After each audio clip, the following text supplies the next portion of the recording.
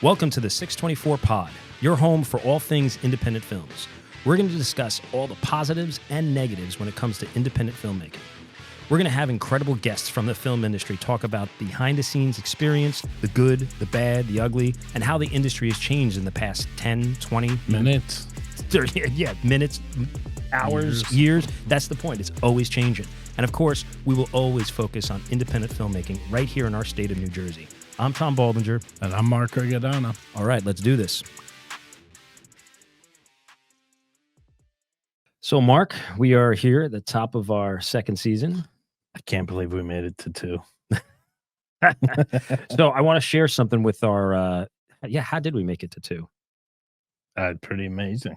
I think it went pretty good. It did. We had a lot of great stuff happen in the first season. I think looking at our lineup of what's coming up, I think season 2 is going to be a lot of fun. Yeah, we had some great guests in season 1, and in season 2, guests are just as good. Yep. I won't say even better because then that insults the other people. Season 1, we'll get really mad. We'll get some hate mail. Yeah, exactly. So real quick, man. So I just want to, it's the 624 Pod. We talk about independent filmmaking. The 624 colors, right, are red, white, and black. And that was inspired by the great Eddie Van Halen. Oh, yeah. And Eddie Van Halen's guitar was known as the Frankenstein, right? That was his first. And my family knows I'm a huge fan. You know I'm a huge fan. I brought you slippers. You did. You brought me Van Halen slippers, the red and white striped slippers. So my birthday was a couple weeks ago. And my family, my wife, my daughter, my son, my brother, my mom, and my dad bought me this piece. And so it's now going to be part of our set, which is the Frankenstein guitar replica. It's a replica, and it's awesome. It's got the it's got the quarter that he drilled in, right? And it's got the reflectors on the back here. And I do not play the guitar, but it is it does play. It does play. I plugged it in, and I was able to do a little tapping. That's all I can do. That's it. That's it. But it is going to be now part of our set until my wife sees this and says, "What in God's name are you doing? Please put that back in the house." Do you know how much that cost? So look, let's move on, man. Let's get to our guest. We got a great guest today. Do we? Yes. I'm so excited for you two to meet. Yes. She was the director of my dry bar comedy special. And I got to tell you, I'll tell the story and then we'll bring her in. I don't know if she knows the full story of the of what happened. I went from a corporate gig that was in Dallas, Texas. Was supposed to fly out to Salt Lake City. Okay. And then from there, take a car to Provo. But there was weather issues, so my flight got canceled, and then there was a technical issue, so the other flight got canceled. So I got pushed to a flight on standby. Okay. That if I landed and got straight in the car, I might be able to make it. So I'm on the phone with the producers basically saying, I'll let you know if I get on. And I'm on standby. And if I finally get my break that I'm going to get to do a special, like this is a huge deal for me. Yeah. I'm sweating bullets. I'm nervous. And then all of this crap just piles on, but I keep trying to stay positive. Of course. I'm wondering if I should rent a car and just drive through the night. Like, I'm not sure what to do. Right. But I decided to wait and see if this happens. I'm on standby, but the lady told me at the desk, she was like, look, there's like 3 canceled flights. So everybody's waiting to get on this. Oh, no. And I explained to her, and I wasn't complaining. I wasn't being a jerk, but I was like, this is just my luck. Right. I finally get my break as a comedian that I'm going to get to do a comedy special, which is a huge deal. And it's with Dry Bar, which is a huge deal. Yeah. It's like I'm having that moment and then watching it pull off, like watching the plane take off without me. And she goes, well, I have you on standby, but it doesn't look good. I'm waiting. The thing goes up. Everybody boards, waiting to hear if standby's getting put on. Yeah.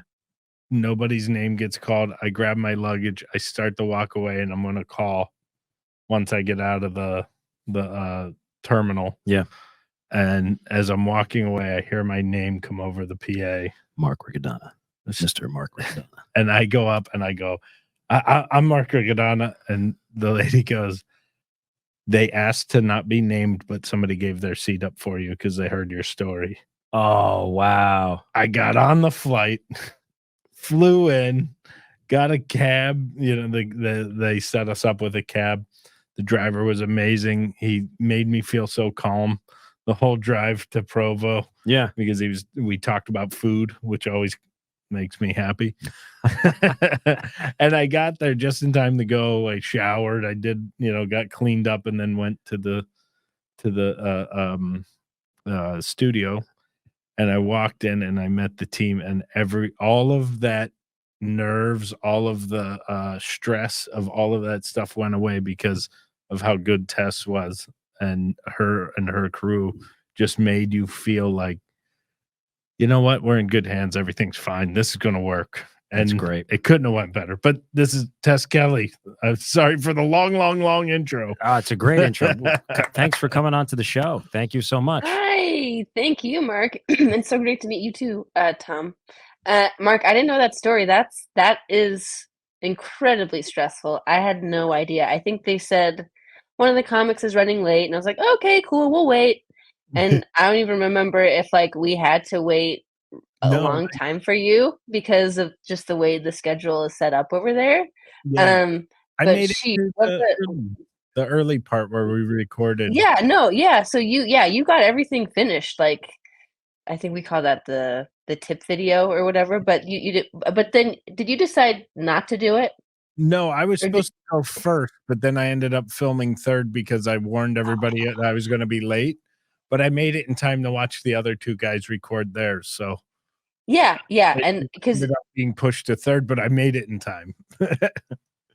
Man, that is wacky, and I'm so glad that it worked out, and that kind citizen, whoever they are, was able to make it happen for you to come to do your special, because that was a good night.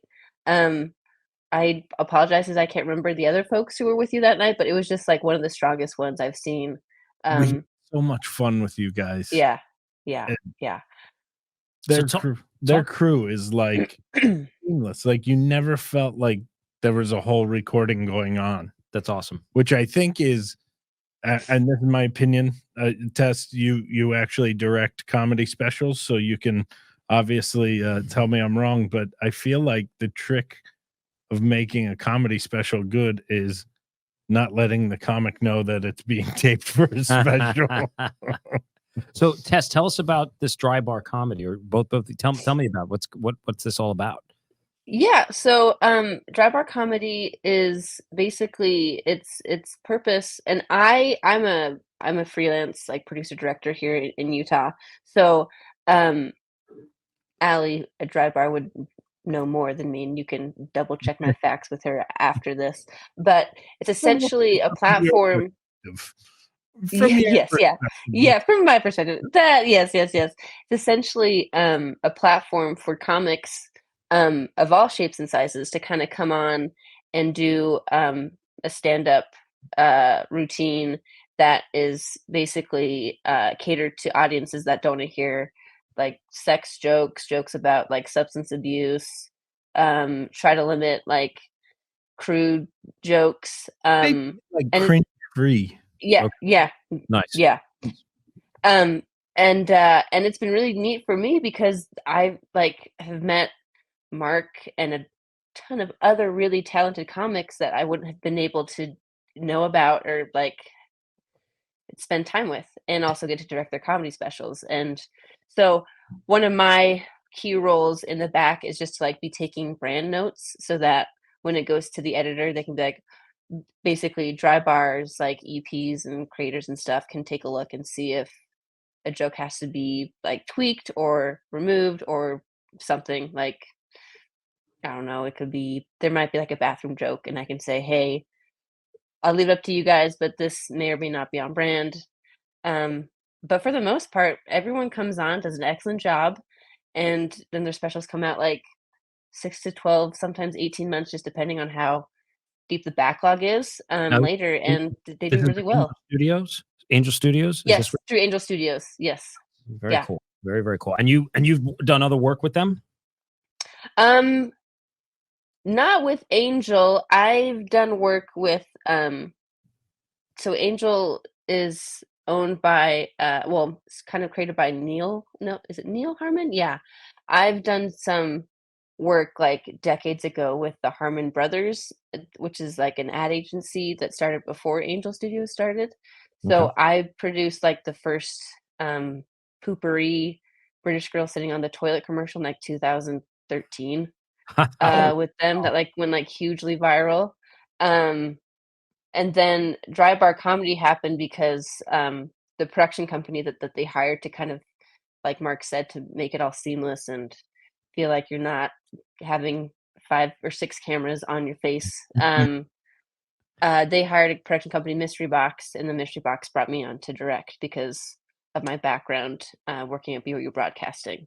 very So, cool. yeah. And you're originally an East Coaster. I am.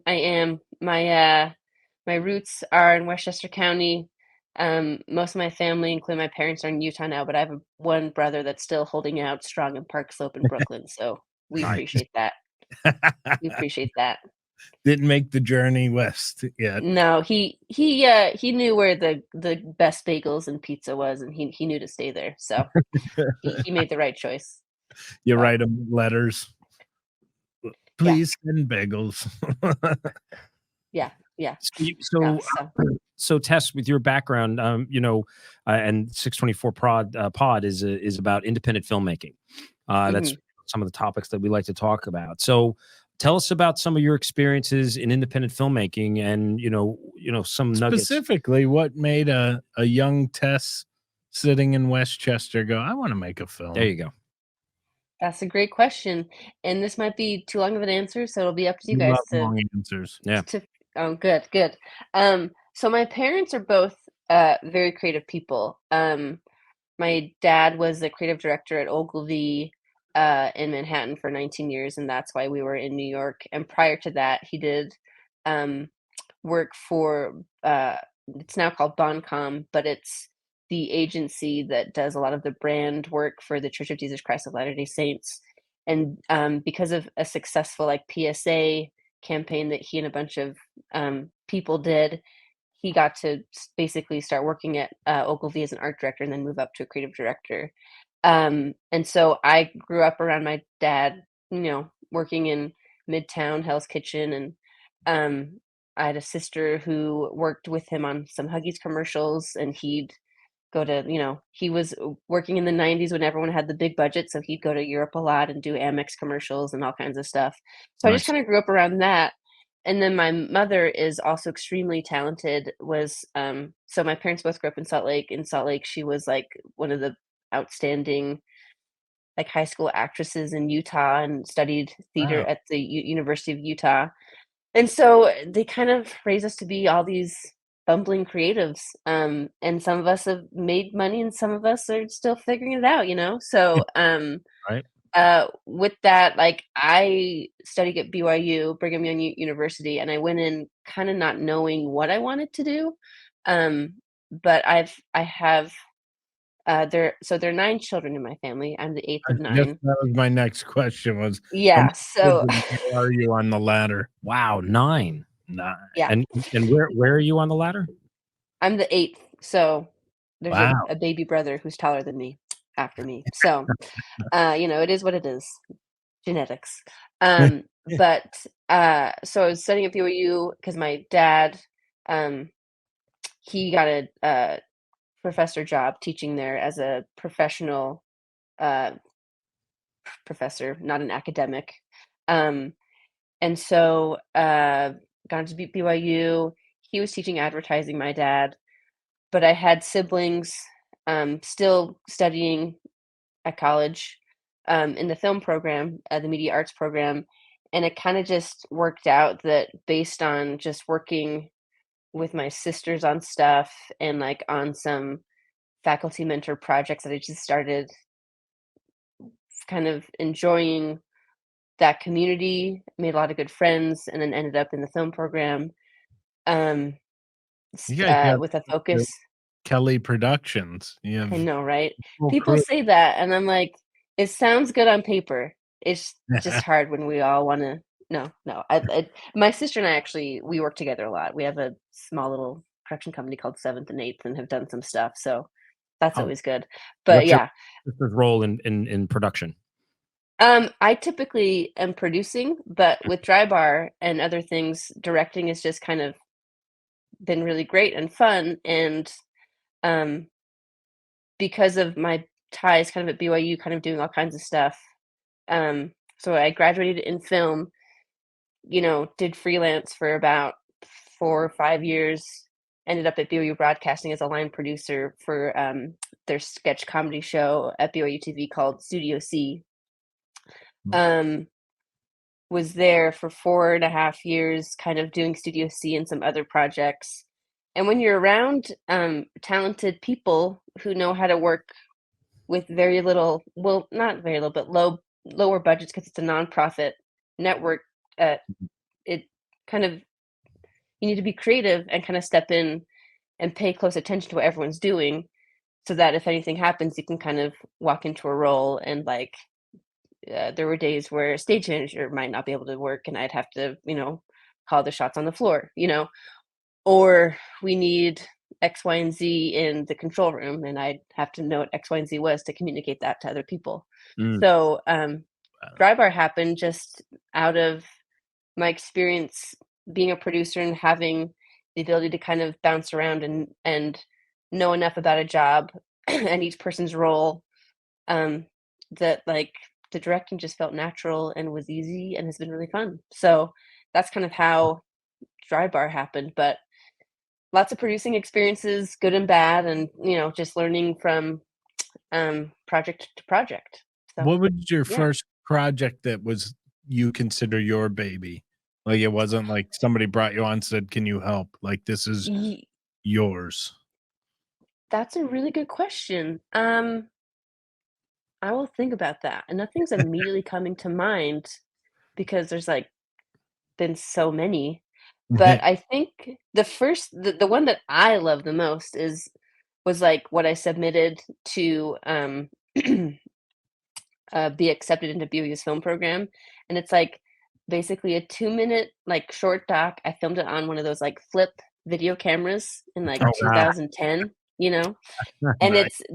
it's like this little doc about my nieces, and it's probably one of my favorite things. It's Oh, just nice. like me following them around. I was there for a summer in New Jersey helping my sister, and I was like, "Oh, I need to make this thing."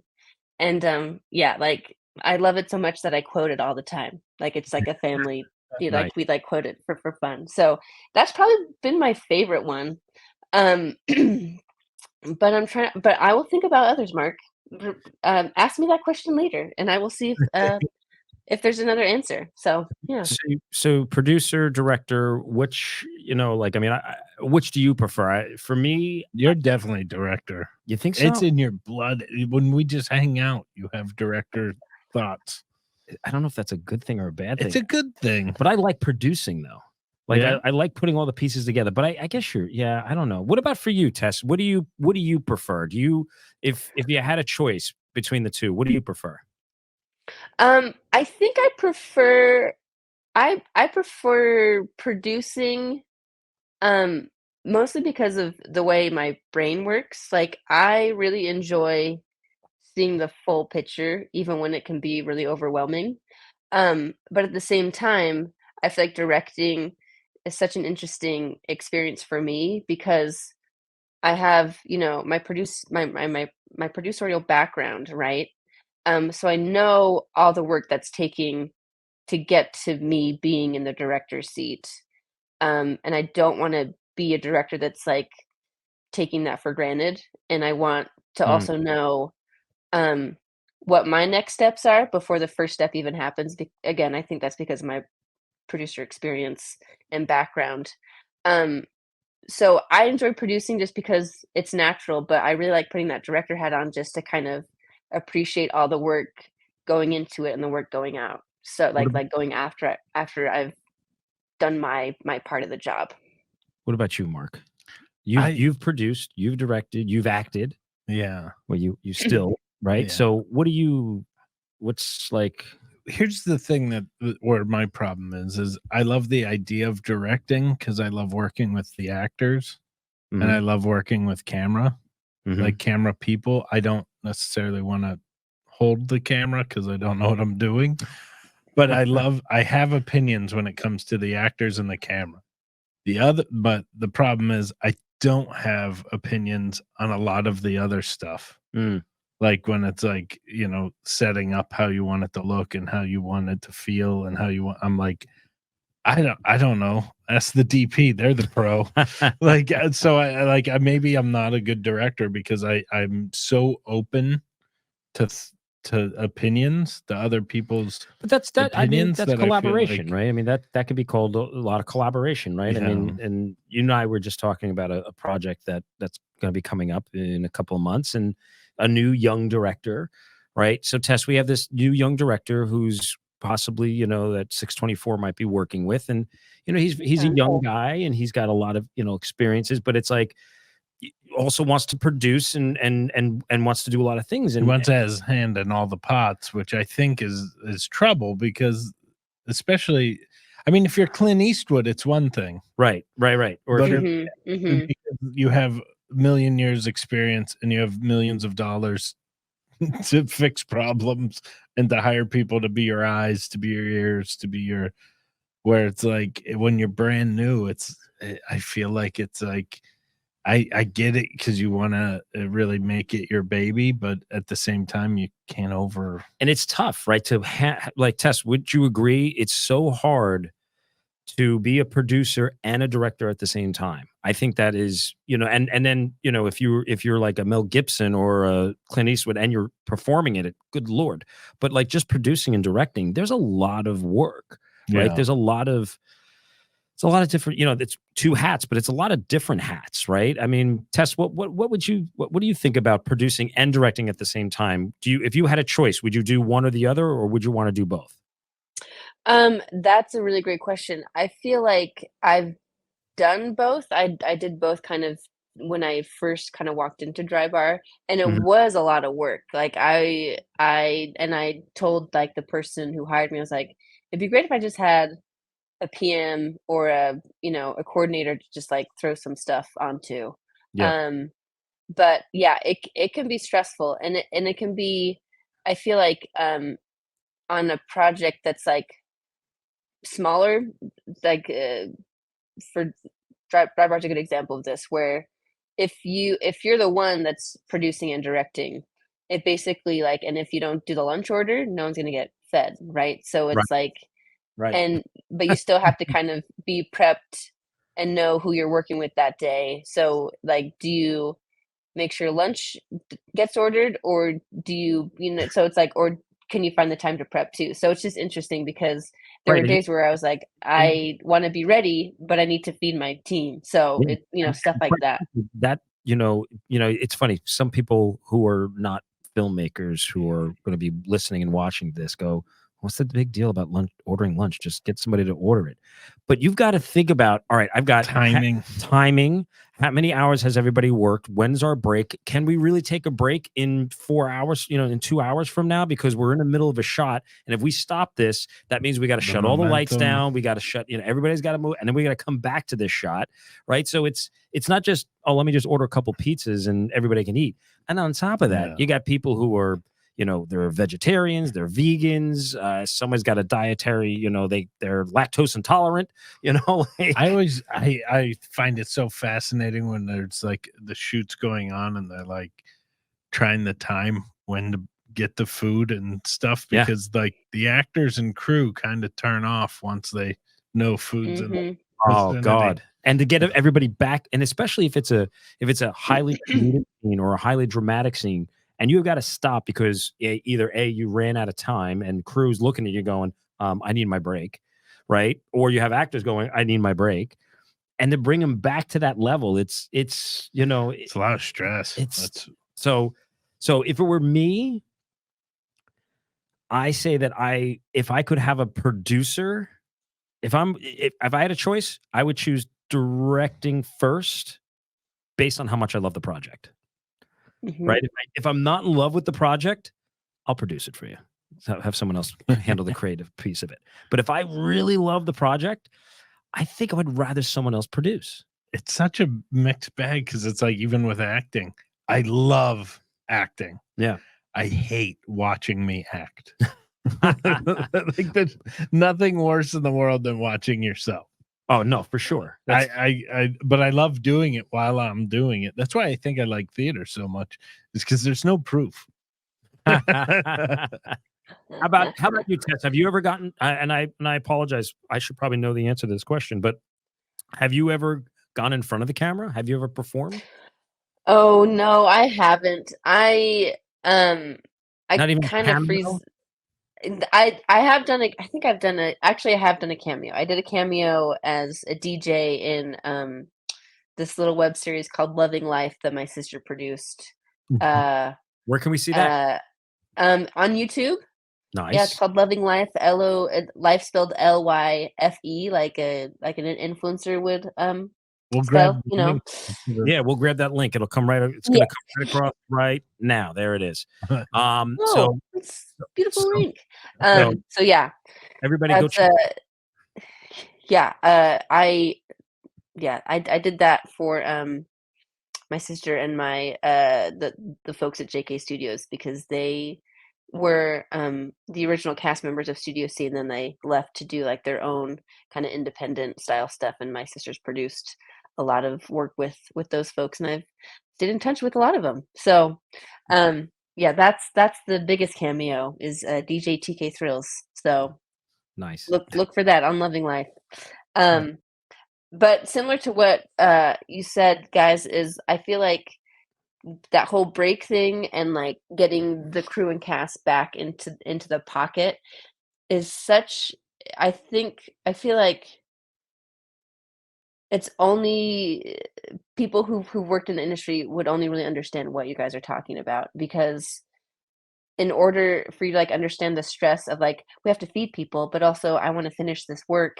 Right. It's like it's bigger than any group project. I mean, I bet if engineers at NASA were watching, they'd be like, "Yeah, we know what that's like." But it's when you're making a telescope, and we're like, "Yeah, sure."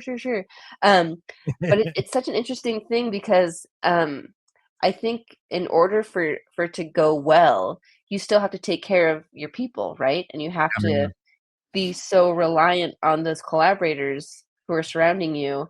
And I've worked on projects where I'm like, oh, I'm really feeling affected by this person's energy, and they're weighing this whole situation down. That as I've like worked on project to project and bouncing from thing to thing, I've become basically more aware to how people's energies like affect me and how sensitive I am to that. Sure. That like I feel that through my experience, like I found that if you have people that can feel like you can trust the director, the producer, and even the department heads, that like things just move easier and faster, and getting back into the pocket takes a little less time than if you're bringing on the best X, Y, and Z in the biz, but that person might be just like crapping all over everyone's energy and like ruining the vibe of the day. So It's really like being a weird reference, but being a good producer is like being a good offensive lineman. When it goes well, nobody notices. Right. mm, For the really great, like the really great people that will be on a set and go, yeah, you're doing a good job. But the average person has no clue it's going well. The only time anybody remembers you or says something is when it's going horrible. Right. Good producer just gets by every day and nobody talks about it. But that's a good point, though. People in the industry, actors, crew, if the producers treated them well, right, and they walked away from it, they know that if I get a call from Tess, or I get a call from Mark or Tom, and I had a wonderful experience as either an actor or as a crew member, I want to work again with those people. right? And that's that's why it's really important, I think, for people who are listening in, independent filmmakers. If it's your first time or your 12th time being a producer and or director, treat your crew great, and treat your actors great too. Like, always think about what like. One of the things I think I'm a little annoying about this is sometimes I'll walk around set and I'm in between shots, I'm asking, like, how you doing? You okay? Are you okay? You okay? And like, even my wife has said to me, she's like, okay, Tom, leave them alone. Like, they got work to do, because the last thing I want someone to do is at the end of the day go, God, that was terrible. Well, a true testament to what Tess's work was, and I'm sure, and not to say anything negative towards any comics, but the comics are so nervous because they're doing their art that they probably don't notice. But I guarantee some of the best compliments that you can have is that the comics go through it and almost feel like they don't even realize that there was production, right? Because they just do it. And then at the end of the night, you'll come over and go, hey, good job. And like, oh, hey, yeah, that's right. Aye. And that's a testament to your work. And I'll tell you, Tess, when we were putting together season 2, Mark told me how wonderful of an experience he had with you. And he's like, oh, we've got to get her on the show. And I said, well, let's get her on. Let's talk. And it's so wild because you and I talked, and I know you have, like, with film background and, working on that. And the idea of producing and directing and doing that with stand-up it's a whole different world, I feel like. Yeah. And I don't even sorry. If you, without giving away any of your secrets of that you might not want to give away, like, can you walk us through, like, what goes on and step by step? Because I don't even know how you would go about, like, if the day they go, okay, you're hired you're going to be directing a comedy special. Like, where do you begin? Like, great question. Yeah, no, that's again, another great question. I really was like, what do I do a little bit, because I was coming in at season. Sorry, I missed that. What? Oh, it's not like you can go over the script because no, you can't. You really can't. Yeah, like, and I I was coming in season 9 of so they'd already done about 8 seasons of stand up with hundreds of comics that I was also, like, unfamiliar with how big of a market it was too.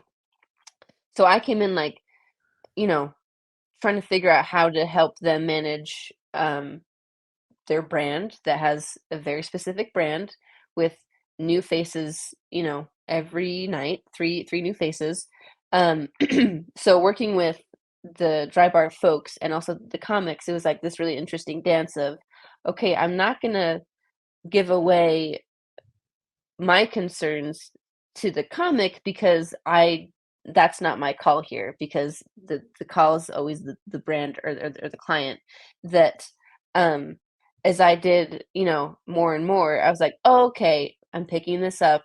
I can kind of see that you know this is either a first time person coming in. They may have never done anything in front of a camera. Like, I'd, like, look them up online, like, read their bios. If they've done stuff with, like, Comedy Central or gone on late night or, any of those other, like, talk shows, that helped me know, like, okay, they're comfortable with the camera. If they're performing in front of an audience, they've probably done this before. That's why I really enjoyed the tipping video portion, because I can kind of get a sense for where they're like, just where they are. Exactly, like, where their strengths and weaknesses are.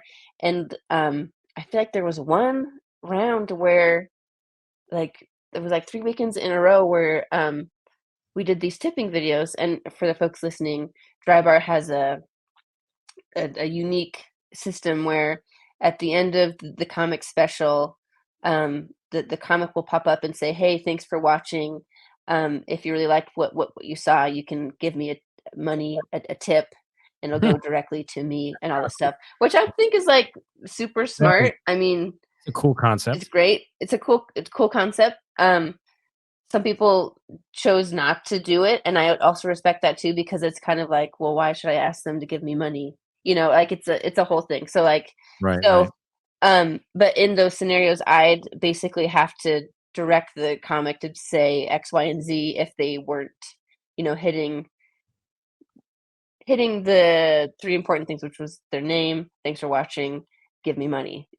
So, Right. and everyone did their own way, and I didn't want to like crap on that either. So it is like a dance of making sure the comic who's there to perform feels welcome and taken care of, and that the client also is happy with what you're getting, so that they can keep bringing comics in and giving comics a really good experience. That yeah, it was just a whirlwind of that client and talent like working together really closely to make sure that the product continues to be successful. It was really interesting. That's awesome. That's awesome. It's funny. So a friend of mine, his just came out maybe 2 weeks ago or a week ago. I don't remember, but we were both at the Borgata, and we were talking about it. And he was trying to figure out if we were on the same season, and he started talking around the backdrop, and I'm like, I don't even remember about the backdrop. I remember you, and I remember the comics I worked with. And that was the only way I could tell, like, him, because he's like, well, and the backdrop was there. And I was like, I have no clue. I was so, like, in the moment that I, like, a Right. lot of details went right Sort of by me. blacked out. You're in that. Yeah. You're in And it that was zone. like just the important people I remembered, like, immediately. So Yeah, Tess, there have been some funky backdrops, so I don't blame him for remembering that. We all- and they were really fun. Like I've loved everything that our production designer has done, but there are some that kind of like stick out. So that's really interesting. I always loved hearing what people take away from like experiences, because I feel like Mm, I could go to New York today and it would be completely different experience for both of you if like we met up in New York, right? Like Instead of everyone is like taking in what um what they care about or what speaks to them more, so that's really interesting. so Tess, we the last couple minutes here for the show. This is something that we ask all our Oh. guests, and we didn't prep you for this one, but we think you can do this. We think you can answer this question. Question is, we'd like you to tell us your 3 top movies. You got it. I like this question because for me it's like a rotation of like 10 to 20 that just kind of are All always right. there. Finally, some um admits that it's like Exactly. there's a whole bunch, and I'm just going to pick 3 of the whole bunch. Exactly. you know and like there's like new ones that I'm like, oh yeah, I love that movie. One that I just watched a couple weeks ago that I love with all my heart is Bridesmaids. Nice. It's a One of good my favorite fun. comedies of all time, probably. Very, very funny. It's fun. just so good. Light, but it also has meaning to it. No, it's a good flick. That's a great choice. I enjoyed that movie. Great choice. Good choice. Yeah, it's just solid. It's just solid. Um, Another one that I love. I don't know if you guys are familiar with this one. It's Selma, directed by Ava DuVernay. About the Dr. King's march to Selma, Yes. Alabama. Okay. Yeah, Very strong movie. I yeah, have a yeah. friend who actually his grandfather was on the wrong side of that story. Ooh. And he was telling me about like when he was learning about his family history and how he was like embarrassed by it. Wow. Very that's like wild. Wow. Like Wow. to be like, oh, that's grandpa. No, yeah, that would be, oof, that's a reckoning. Oh, that's rough. But good for him for like acknowledging it and working through it, because some people don't. And Or they here we stick are. with grandpa instead of the right thing. Yes, yes. And then I think my favorite movie of all time is It's a Wonderful Life by Frank Capra. Perfect timing too, with Thanksgiving and the holidays coming right around Yep. the corner. Yep. Very good Yeah. timing. Perfect. Well, Tess, thank you so much. This was awesome. Would love to have you come back for maybe later season 2 or season 3. Yeah, talk a little this more. is really a great conversation. Real quick, do you have anything you want to plug while we got you here? That Come on, you can do it now. I'm Sag trying to allowing everybody to plug. So